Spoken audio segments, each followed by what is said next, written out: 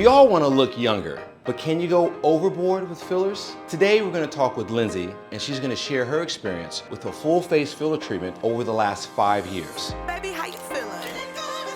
So 5 years ago. Almost 6. And how old were you when we started? I was 34. Don't tell anybody. I'm actually 27. Yeah.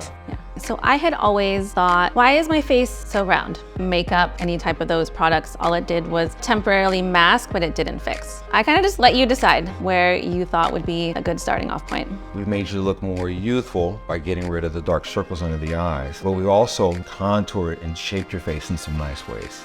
All my different levels of tan. You can tell what season it is. But something happens around year 2 where you just don't need to have the fillers as much. There may have been 3 or 4 years where we didn't have to do it. No, it just kind of sticks around. You have gotten me ready for milestones in my life. I turned 35 here, I turned 40 here, and then now you'll be helping me get wedding ready. That's right. When I look at you now, you look great, even better now than you did when you were 34. I agree. 40. If you have any questions about fillers, please contact us. We'd love to answer them. And until the next time, stay beautiful.